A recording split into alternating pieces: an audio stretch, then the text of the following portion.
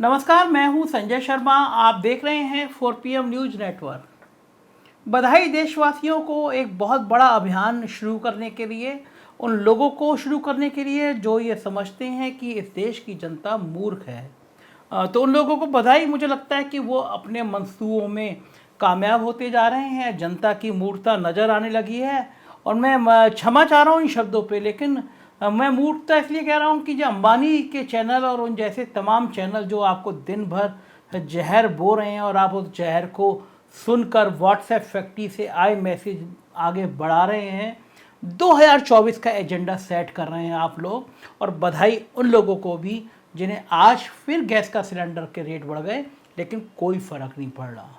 तो उन लोगों को बधाई जो 30-31 साल बाद महंगाई के सबसे ऊंचे शिखर तक भारत पहुंच गया। मतलब पिछले 30 सालों में इतनी महंगाई कभी नहीं हुई। उन तमाम देशवासियों को बहुत बहुत बधाई जो इतनी महंगाई बनने पर भी शांत बैठे हैं, क्योंकि उनको लगता है कि वहाँ पे शिवलिंग है या फुब्बारा ही ये ज़्यादा ज़रूरी है। मैं बड़ा हैरान हूँ, सच में हैरान हूँ। दिल्ली में था, मैं अलग अलग लोगों से विमर्श करता रहा और मैं सोचता रहा कि क्या हो क्या रहा है। इस बीच में एक मुख्यमंत्री ने ट्वीट किया कि मेरा बेटा विदेश से एक डिग्री लेकर आया और बधाई तुम्हें। तो मैं बाकी ट्वीट भी देख रहा था, लोग कह रहे थे कि मुख्यमंत्री जी आपको बधाई, आपका बेटा तो डिग्री लेकर आ गया और बाकी देश के लाखों करोड़ों लोगों को आपने काम पे लगा दिया है। कोई मस्जिद पे भगवा झंडा फहरा रहा है, कोई खुदाई देख रहा है कि शिवालय है या फिर फुब्बारा है, कोई ट्वीट कर रहा है और कोई ट्रोल आर्मी में शामिल हो गया है।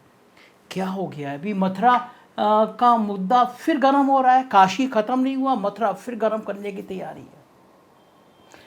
बहुत खतरनाक मोड़ पे एक बार फिर देश आ रहा है और मैं कहूँगा ले जाया जा रहा है। दरअसल देश के जो हालात हैं, जो आर्थिक मोर्चे पे विफलताएं हैं, वो सामने आ रही हैं। पड़ोस का श्रीलंका उदाहरण है कि जिस समय आप धर्म का तड़का लगाते हैं, जिस समय आप बहुसंख्यक के दिमाग में तेजाब भरने की कोशिश करते हैं, उसको दिमाग की तेजाब की फैक्ट्री में कन्वर्ट करते हैं, तो उस मुल्क का हाल श्रीलंका जैसा बन जाता है, उस मुल्क का हाल पाकिस्तान जैसा बन जाता है। कट्टरता किसी भी मुल्क में स्वीकार नहीं है। दुनिया के तमाम विकसित देशों के बच्चे हैं, कोई डॉक्टर बन रहा है, कोई इंजीनियर बन रहा है, कोई मिसाइल बना रहा है, कोई चांद पे जाने की बात कर रहा है, कोई नए नए वैज्ञानिक कार्यक्रम की तैयारी कर रहा है, और हम ढूंढ रहे हैं कि शिवलिंग है या फुब्बारा है। वाह, क्या मुल्क है हमारा। पूरी दुनिया हम पे हंस रही है कि हम इतने सालों बाद दिन भर हमारा विमर्श इस बात पे चल रहा है कि खुदाई कैसे हुई। और मैं इस बात पर हैरान हूँ कि ये जो चैनल को जो ये गरम गरम मसाला परोस रहे हैं, वो सीधा सीधा कोर्ट की अवहेलना कर रहे हैं और कोर्ट जानबूझ के देख के कोई कार्रवाई नहीं कर रहा। 1991 का कानून है कि जो धार्मिक स्थल है उनसे छेड़खानी नहीं की जा सकती। मतलब आज़ादी के बाद जो धार्मिक स्थल जिस रूप में है वैसा रहेगा। बाबरी मस्जिद और राम मंदिर का विवाद इस देश में सालों साल चला, सैकड़ों मौतें हुई, जिस देश ने झेला, और उस कानून के बावजूद एक जिले की अदालत सर्वे की अनुमति देती है। काशी की अदालत पर सुप्रीम कोर्ट में रोक लगाई, तब तक मथुरा की अदालत ने कहा कि साहब यहाँ भी खुदाई करके देख लो।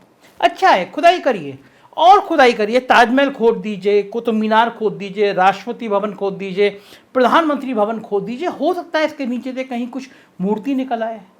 देश के लिए बहुत बड़ी ज़रूरत खुदाई है इस समय। अगर खुदाई नहीं होगी तो सोचिए कि आप खुदाई नहीं होगी तो 1.5-2 करोड़ नौकरियां रिक्त पद पड़े, उनमें नौकरियों की बात करने लगेंगे, रोजगार मांगने लगेंगे नौजवान। कई लाख नौजवान ऐसे हैं जिनकी उम्र की सीमा खत्म हो गई, वो नौकरी के आवेदन का इंतजार करते रह गए लेकिन नौकरियां खत्म हो गई। रेलवे का सूचना आई थी, शायद 72 लाख की फिगर थी, जहाँ तक मुझे याद आ रहा है, उतनी नौकरियां खत्म की जा रही हैं। तो अगर ये सब बातें चर्चा में रहेंगी, ये अंबानी जी के चैनल और उनके चमचे चैनल ये दिखाएंगे, तो देश में बवाल होगा। नौजवान कहेगा कि ये कर क्या रहे हैं, हमने तो भरोसा जताया था कि हमें नौकरियां मिलेंगी। तो फिर नौजवानों को काम दे दो। नौकरी दे नहीं सकते आप, नौकरियां हैं नहीं तो काम दे दो। भाई देखो किस मस्जिद के ऊपर कितनी ज़ोर से मंदिर फहराए झंडा फहराए जा सकते हैं, किस मंदिर में घुस के कुछ मुस्लिमों को भी काम दे दो, कुछ मंदिर पर जाएँ तो आप भी पथराव उथराव कर दो, चाहे हिंदू हो चाहे मुस्लिम हो, दोनों को आप काम दे दो, दोनों को ही कहो, थोड़ा भड़काओ, थोड़ा माल गर्म करो, अपना धंधा चलता रहे। फिर क्या होगा इस मुल्क का? क्या आप मानसिक रूप से तैयार हैं कि आपका गैस सिलेंडर 2000 रुपये में मिले?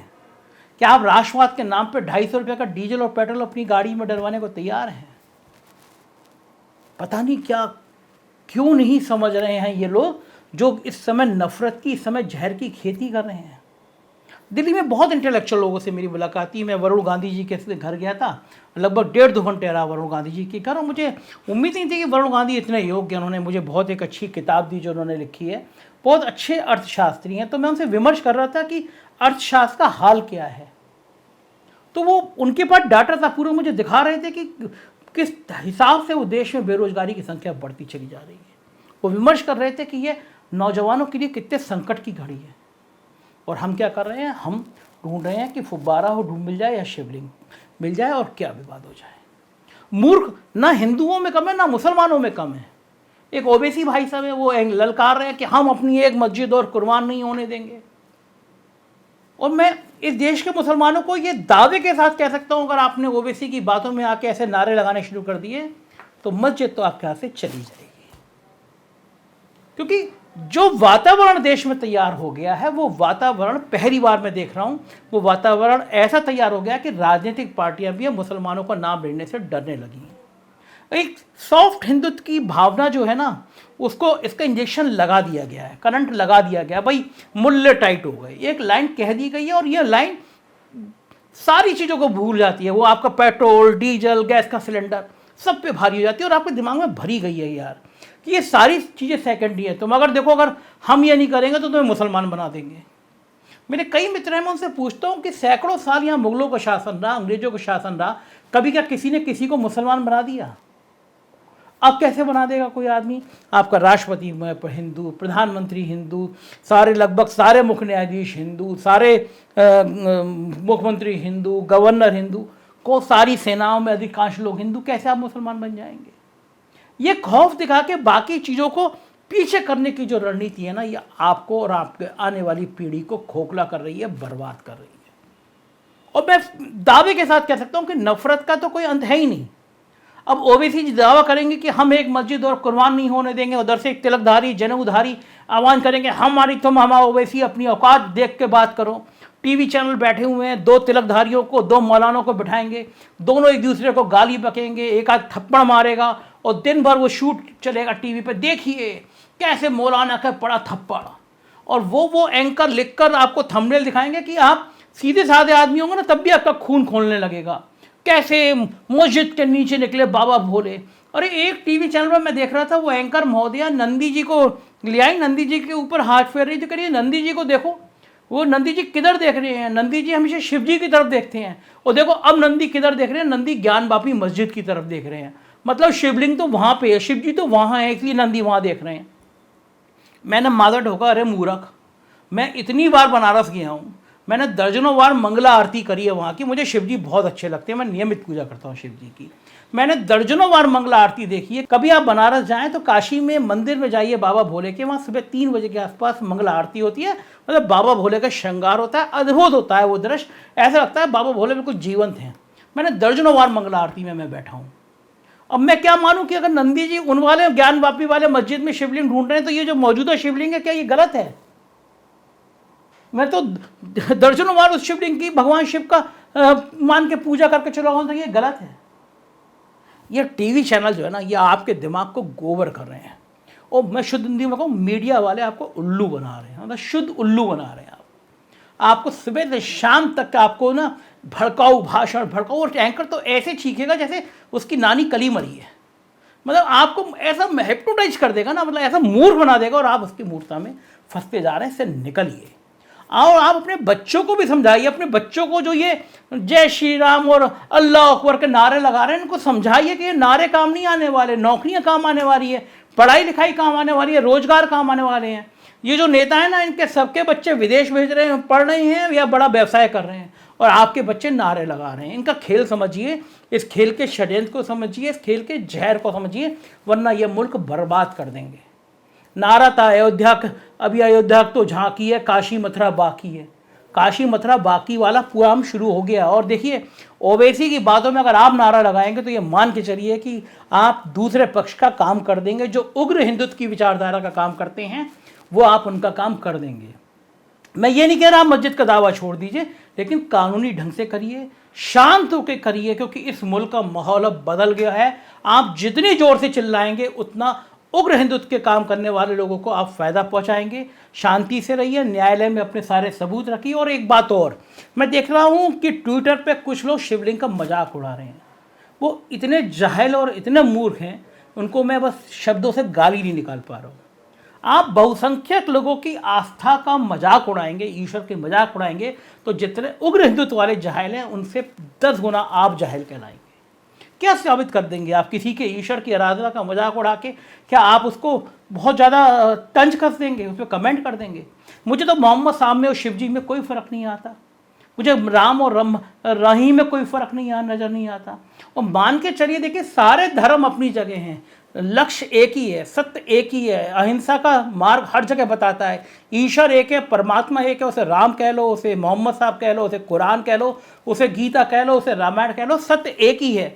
ये जो आपको बीच में अलग अलग ग्रीन ग्रीन करके परोसा जा रहा है ना, केसरिया केसरिया करके, ये आपके दिमाग को कूड़ा करने की एक प्लानिंग है, सोची समझी प्लानिंग है। चुनाव में वोट लेने की प्लानिंग है और आपको मूर्ख बनाने की प्लानिंग है। तो मीडिया उल्लू बनाए तो उससे पहले आप मीडिया को उल्लू बनाइए। इन चैनलों को देखना बंद कर दीजिए, ट्विटर पर फेसबुक पे लिखना शुरू करिए कि ये चैनल इतनी मूर्खतापूर्ण बातें करता है, इतना दिमाग में जहर भरता है, समाज में गंदगी भरता है। तो मेरी आप सबसे प्रार्थना है कि इस चैनल को ना देखें। जब एक बड़ा वर्ग होगा, देखिए एक बात मान के चलिए, इस देश की आधी से ज़्यादा आबादी सेकुलर है। अगर आधी से ज़्यादा आबादी सेकुलर नहीं होती तो किसी भी मंदिर मस्जिद के लिए मुहिम नहीं चलानी पड़ती। बहुसंख्यक अगर उग्र होता तो सारे मंदिर बन जाते। लेकिन इस देश की आधी से ज़्यादा आबादी सेकुलर है, जो ये मानती है कि राम और रहीम एक है, अल्लाह और भगवान एक हैं, ईश्वर एक है, परमात्मा एक है। और जो फसाद करा रहे हैं इनके चेहरे वो जानती है। तो कम से कम आप भी उस जमात में आइए, उस लाइन में आइए जो ये माने राम और रहीम एक है। और यही प्यार का संदेश इस देश को, इस मुल्क को एक रख पाएगा। वरना नफरत के सौदागर हर गली गली घूम रहे हैं आपको और मेरे को लड़ाने के लिए। इनकी लड़ाई में मत आइए, ये मेरा यकीन है आप नहीं आएंगे, आप साथ देंगे। देखते रहिए 4 PM न्यूज़ नेटवर्क, क्योंकि हम वो हैं जो प्यार की आवाज़ बढ़ाना चाहते हैं, प्यार के संदेश देना चाहते हैं। मुझे यकीन है आपको ये वीडियो पसंद आया होगा। मेरी बात लोगों तक पहुँचाएँ, क्योंकि यही प्यार की बात है। सब्सक्राइब करें। हम यूपी की खबर देख रही हो तो हमारा नया चैनल 4 PM यूपी सब्सक्राइब करें। फेसबुक और ट्विटर पे 4 PM न्यूज़ नेटवर्क पे हमें ज़रूर फॉलो करें। बहुत बहुत शुक्रिया, थैंक यू।